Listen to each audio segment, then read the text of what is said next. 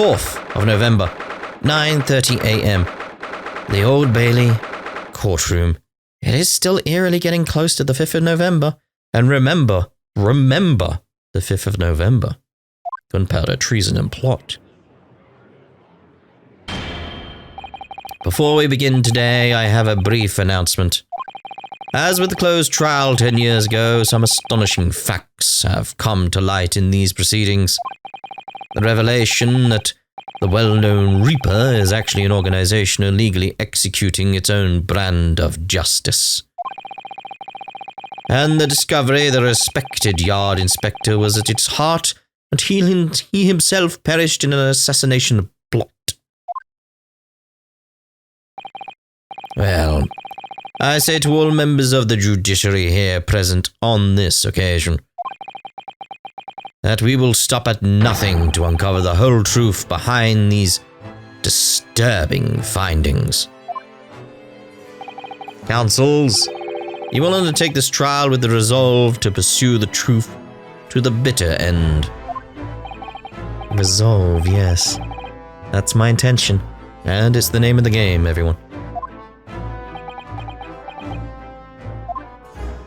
My lord, if I may inquire, the defendant may speak.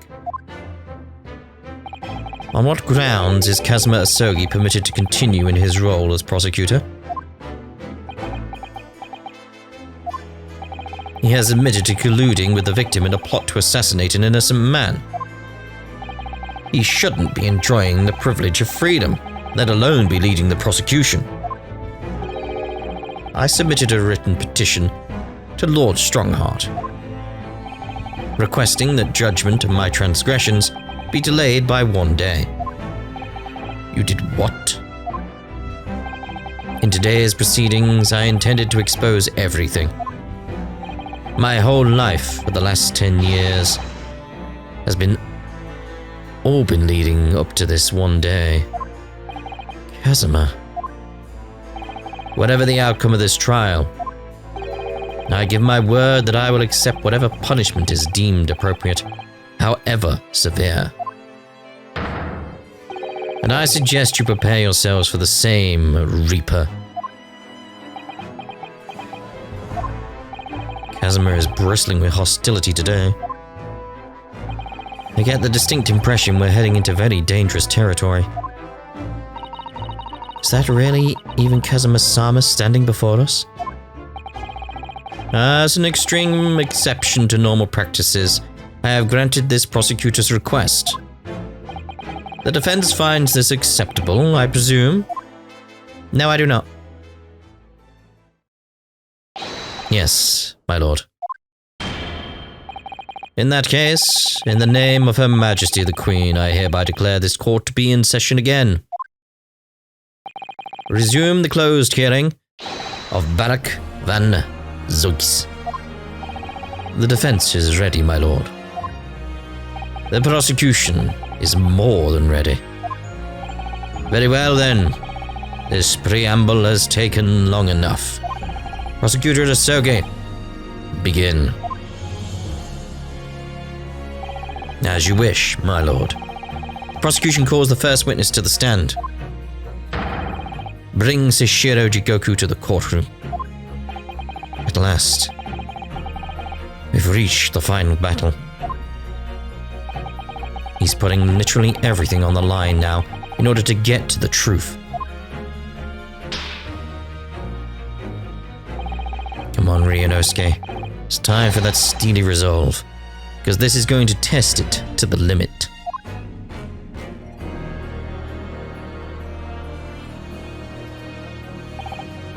Witness, state your name and occupation for the court.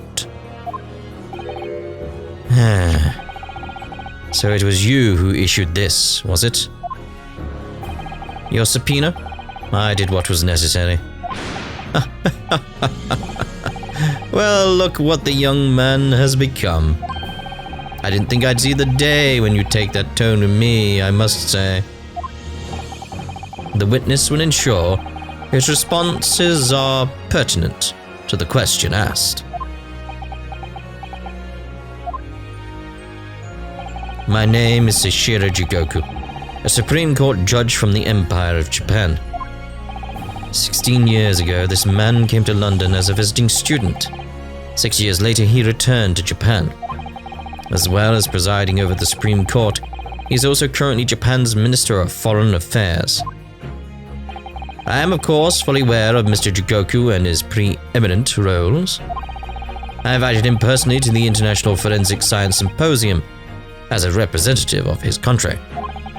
I hear he also played a key role in the conclusion of the Anglo-Japanese Treaty of Friendship and Navigation. It was a great honor to be involved in the negotiations. I put my all into that treaty. Judge Jigoku, I must ask. Well, I never fancy the young murdering student turning up here of all places. You acquitted me yourself, and now I'm a practicing defense lawyer. Yes, and full of self-importance like your friend across the courtroom, I see. You came here to London by invitation to the International Forensic Science Symposium. But then, without informing anyone of your plans, you took flight to France. Took flight? I'd have to object to that turn of phrase. Then explain yourself. What exactly were the circumstances? Well, I was somewhat expecting this. And I'm sorry to say, I decline to comment. What? Leaving the country prematurely when I was an invited guest may be questionable etiquette, but my decision is unrelated to this case. I can't be bound to testify. Unrelated, you say? I appreciate that a respected police inspector has been killed, for which I offer my condolences. However, being an alien, I'm obviously never met the man, nor do I know the first thing about him. As such, I'm in no position to testify. It's as simple as that. So you would run from all this? I beg your pardon. This case is more far-reaching than the murder of Inspector Gregson. It has ties to another murder, a case that was tried in Japan almost a year ago now. A year ago in Japan. The murder of Dr. John H. Wilson, you mean? That's right. And you, Judge Jigoku, are at the heart of both cases. The defense has evidence to prove it. Well, Ryunosuke, I see from the look in your eyes that you're resolved to carry this through to the very end too. Let's see your evidence then. What proof do you have that Seishiro Jigoku is involved in this case? With the telegram? Take that! This is a telegram detailing a communication sent between Britain and Japan approximately 1 year ago. The communication contained 4 names: K. Asogi, A. Shin, T. Gregson, and J. Wilson. You little... Where did you get that? In Tokyo. From your office, Judge Jigoku. What? How on earth did you... What's this all about? Why is my name on that list? This list of 4 names follows a certain pattern. T. Gregson and J. Wilson are the names of the victims. K. Asogi and A. Shin are the names of assassins. No. A year ago in Tokyo, Dr. John H. Wilson's life was taken in a Western-style restaurant in the capital. The culprit was found to be a visiting student who went by the name of Giselle Brett, but her real name was Asa Shin, a professional killer sent on a mission to kill from Great Britain. A. Shin and her victim, J. Wilson. And the murder that just took place here in London was the counterpart to that crime. An assassin sent from Japan, also a visiting student, Kazuma Asogi, whose victim was the British police inspector Tobias Gregson. K. Asogi and T. Gregson. One assassin from each country to kill a target residing in the other. What exactly is the defense suggesting? These two cases of murder, one that took place in Britain and one in Japan, were masterminded by a pair of individuals from each country as a form of assassin exchange. And the telegram the defense has acquired is proof of this international contract to kill. What? He genuinely didn't know about it, which is like, huh? The telegram was found in your office, Judge Jigoku. In other words, the mastermind in Japan was you. Judge Jigoku? What's this all about? And you, Kazuma. You lied. During yesterday's proceedings, you acknowledged that you accepted the assassination mission. Yeah, but he didn't accept it in Japan, did he? He accepted it when he was here, so he didn't know it was going to happen. Like, the entire plot, it was getting him here, and then someone was going to give him the mission. Which he didn't know was going to happen. That's where it's leading, isn't it? But the mark wasn't Judge Jigoku at all. It was T. Gregson, Detective Inspector of Scotland Yard, as shown by the name on the killing contract. Very impressive, Ryunosuke. But actually, I didn't lie. Yeah, I don't think he's I think everything's been sort of like set up for that to still happen. But he's not really wise to what's going on, is he? He doesn't know. The name of the target I was ordered to kill never passed my lips yesterday. The idea that Seishiro Jigoku was the mark came entirely from you. Well, that's true. Ah. You deliberately avoided saying a name? I still feel like there's loads of details that he wasn't informed until he got here, though. The defense claims these four names indicate some sort of international assassin exchange. I'm sure I speak for all present when I say the very idea seems utterly absurd. Well, Mr. Jigoku, what do you have to say for yourself? His silence only goes to prove his guilt. There's another very important point that this new development brings to light.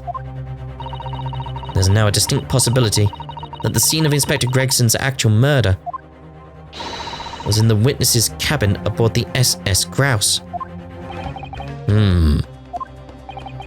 Judge Jigoku, you have to testify now. To refuse would put you in contempt of court.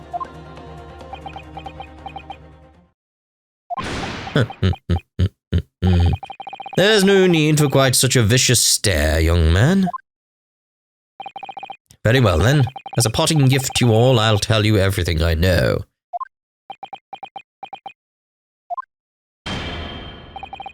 It seems this Japanese gentleman has information that the court must hear about the alleged assassin exchange and the events on the night of the 31st of October. Present your formal testimony now. As you wish, my lord.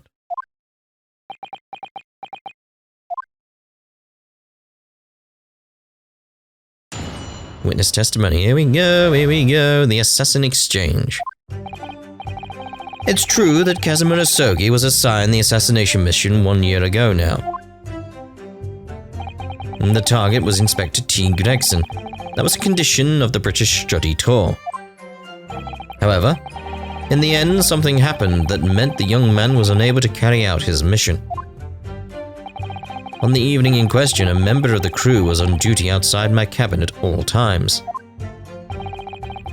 If there'd been a shot fired, the crewman would have heard it, so clearly I can't be involved. I'm thinking that's where the drill comes in, isn't it? So he admitted then, as this communication suggests, there really was an assassin exchange arrangement between Britain and Japan. A political endeavor at the highest levels, Not something I can discuss here. To use such a worthy practice as a foreign study, to coerce somebody to commit murder. It's the most appalling thing I've ever heard. Appalling? Well, it's easy to judge. Pardon? Sogi had a reason for taking his sword to that British inspector, you know. What? Which is why he accepted the mission in the first place. Isn't that right, Counsel? Kazuma-sama. Judge Jigoku, if you are the mastermind behind this operation in Japan, then tell the court the identity of your counterpart in Britain. I'm not obliged to divulge that information. Yuck, I wonder why. As I said yesterday, I've killed nobody. I freely admit that I accepted the mission, but on the night the plan was to be executed, I backed out. In short, this assassin exchange that the defense has identified is unrelated to the events of this case. It's not unrelated. It's related. It doesn't mean I know you killed him, but it's related. The crucial point is this. Your police inspector can't have perished aboard that steamship in Dunkirk. Because if he'd been shot in the cabin, it's inconceivable that a member of the crew wouldn't have heard it. That's right. Gregson was killed after returning to London, in the room on Fresno Street. No. Again, I knew this would come back and be important. Following departure from the port of Dunkirk, all crew members are required to assemble on the main deck at 10 PM in order to review evacuation procedures. The drill will take 20 minutes. There's a 20-minute window right there. And the perpetrator of the crime was the Reaper, Barak van Zykes. The prosecution's accusation remains unchanged. And we know they have ice on board, so... To think that a seemingly innocent foreign exchange program was a facade for such Machiavellian dealings. Clearly it's a plot only a government minister and a high-ranking judge such as the witness could hope to execute. Well, I seem to recall that it was someone on the British side who controlled everything. Be that as it may, it is not the place of this court to pursue this villainous assassin exchange plot. We are concerned only with the tangible events pertaining to the murder of Inspector Gregson. Is the defense clear on that point, counsel? Yeah, I wonder why you only want to pursue that, mate. Yes, my lord. I'll keep that in mind as I cross-examine the witness. Right, so where do we want to present the drill thingy? The assassin exchange. It's true that Kazuma Sogi was assigned the assassination mission 1 year ago now. Target was Inspector T. Gregson. That was a condition of the British study tour. However, in the end, something happened that meant the young man was unable to carry out his mission. On the evening in question, a member of the crew was on duty outside my cabin at all times. Could be there. If there'd been a shot fired, the crewman would have heard it, so I clearly can't be involved. No. That one seems more appropriate. Objection! Yes, as the court has heard, there was a crewman posted outside Judge Jigoku's cabin. However, we can be sure that, contrary to the witness's claim, the guard wasn't there at all times. What? I have here a notice of a particular event that was scheduled to take place aboard the steamship on the 31st. What? Where did you get that? It's evidence gathered by Mr. Herlock Sholmes. You were acquainted yesterday, if you remember. Herlock Sholmes again. According to this itinerary, after leaving the port of Dunkirk at exactly 10 PM and for a period of 20 minutes, all crewmen on the SS Grouse were to gather on deck for an evacuation drill. All crewmen were away from their posts.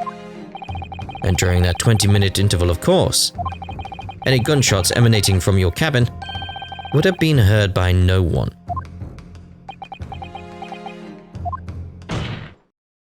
In summary, Judge Jigoku, you had ample opportunity to commit the crime. Oh my, that's quite. Objection! A 20-minute window of opportunity. That's an excellent find, Ryunosuke. But it amounts to nothing. Why? Because the witness clearly stated in his testimony that no incident occurred in his cabin. Unless you have some decisive evidence that can show his testimony to be false. Your accusation is nothing more than conjecture. I'd want to show the hole in the wall, but I can't, can I? Very true. Well, counsel? I have proof there was a gunshot. Inspector Gregson was killed in Judge Jigoku's cabin that night. I'm certain of it. Because the defense has the evidence to prove it. We do? You will present the evidence for the defense at once, counsel. What proof do you have that the victim's life was taken in Jigoku's cabin on the 31st? That's the only thing there. Like, that's the winder for the watch. Or the top one, anyway. So it's just a case of that proves he was there? Take that! Judge Jigoku. This was found in your cabin yesterday. What is that? The crown of a pocket watch? Is that what it's called? The crown? A pocket watch? And if you will observe, the victim's pocket watch, which we know he treasured, is missing precisely that part. It can't be. Moreover, this crown is a perfect fit on the spindle protruding from the victim's watch. Now, the fact that this was retrieved from Judge Jigoku's cabin tells us that the victim's watch almost certainly broke there. In other words, the victim was killed on the 31st during the 20-minute evacuation drill. In the cabin occupied by you, Judge Jigoku. Well, you're razor sharp, aren't you, you young murderer? Oh, yes, quite. Objection! Expertly maneuvered, Ryunosuke. Oh, thank you, yes. And your argument sounds entirely plausible. At first. But rather like this pocket watch, it's full of cracks. What? And I believe Judge Jigoku feels the same way. I was wrong to acquit you earlier in the year. What? Sorry? If I'd known that it would result in anyone having to listen to this drivel, I would have declared you guilty just to spare the world your ridiculous bombast. You dig? I think it's clear that the witness will have to give further testimony. When you hear what actually happened in my cabin that night, you'll notice the pitfall into which you've stumbled. Prior to your renewed testimony, I would like to clarify one point. The fact that this part of the victim's watch was discovered in your cabin means that you acknowledge that he was there, I presume? Yes, I do. Very well then. You may proceed to give your formal testimony about exactly what happened in your cabin aboard the ship on the evening of the 31st. Of course, as a man of the law, I have no intention of obstructing justice. Witness testimony. The events in the cabin. I had a guest waiting for me when I returned to my cabin after finishing my evening meal in the dining room. When I walked through the door, a mustachioed Englishman was there, foolishly waving a gun at me. I soon took care of him with an ippon sao throw, though he couldn't wait to run away after that. Imagine his watch was broken when I threw him over my shoulder. It was nothing to do with his murder. The inspector was clearly killed, having returned to Britain because his body was found in London. I feel like I want to press on that because, again, we know about the bullet hole. How we're going to bring that up, I don't know, but we do know there's a bullet hole in that room. In the wall. How did that get there? Ippon-seo? A common jujitsu martial arts technique in my country. I was careful not to use too much force, but the man obviously landed too heavily for his watch to take. So Ryunosuke Naruhodo. Imagine you can see the flaw in your logic now, can't you? What? The fact that the pocket watch was broken in the witness's cabin in no way proves that the victim's murder took place there. My back! I've no doubt the inspector intended to kill me, but he didn't manage to pull the trigger. Yeah. We gotta press on the fact it's like the inspector was, what was it, killed in Britain? It was found in London? No. No, mate, you're not getting away with that one. That's the one we're pressing on. Yes, because he was merely the tactician, not the Reaper's hand of death. Well, the testimony appears to make perfect sense as far as I can tell. Let me express my deep gratitude for your understanding, my lord. But if this testimony holds, Judge Jigoku will be deemed to have had no involvement in the case. Well, counsel, I really see no reason for wasting precious court time here on a cross-examination. I bloody do.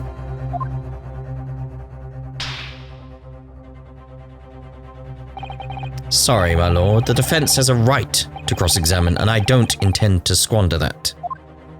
Nice. You're an embarrassment to your countrymen, not knowing when you're beaten. God, you're such a dick, aren't you? In that case, proceed, Mr. Naruhodo.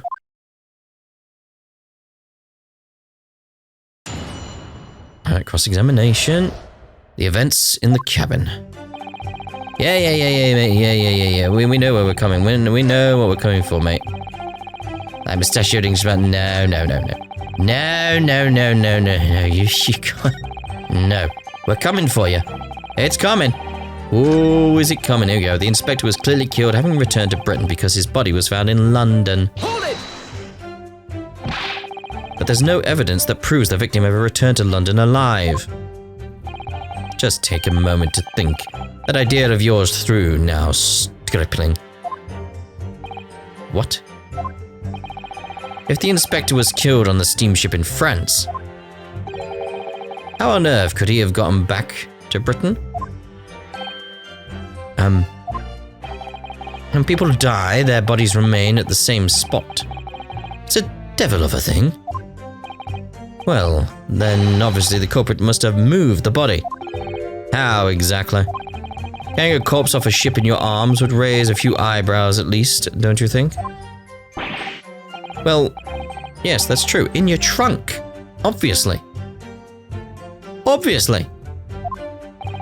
All passenger luggage is inspected when it's unloaded from arriving vessels.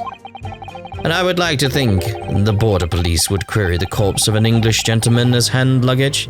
It's not hand luggage, mate, it's checked luggage. If the murder had taken place aboard the ship, you would imagine the body would have been disposed of at sea. There would be no sense in risking being caught by attempting to transport the body back to Britain. That is true, what would be the point? I mean, I think they did, and I think it's in the trunk and all that type of stuff, but what? Why? Why that? That's cured the idea then. No, it hasn't. But perhaps not. Miss Susato? We've heard that the first-hand passengers were under constant scrutiny by the crewmen posted to guard them, which would mean that the culprit had no opportunity to dispose of the body in the sea. Ah, yes, that's true. So if they had no opportunity, they had to do something else. So transporting the body to Britain may have been the only viable alternative. Dear me, you really are new to this, aren't you? God, I can't wait to put him in his place. I thought I'd be perfectly clear, but it seems I'm going to have to explain it in words you can understand. I think I ought to alter my testimony with your consent, of course, my lord. I have no objection. State your amended testimony now. There's no possible way I could have transported the victim's corpse back to Britain. Hold it! There's an idea. Think about it, stripling. All passengers and crew disembarked at the same time and passed through the same checks at the border. The imposing guests were then driven straight to the hotel in carriages organized by the ministry. And we met you as soon as you arrived at the hotel. So you did. Well then, remind me, did I have a corpse over my shoulder at the time? No, but you had your trunk, right? What? No. So, we're in agreement then. I couldn't possibly have brought the inspector's body back to Britain.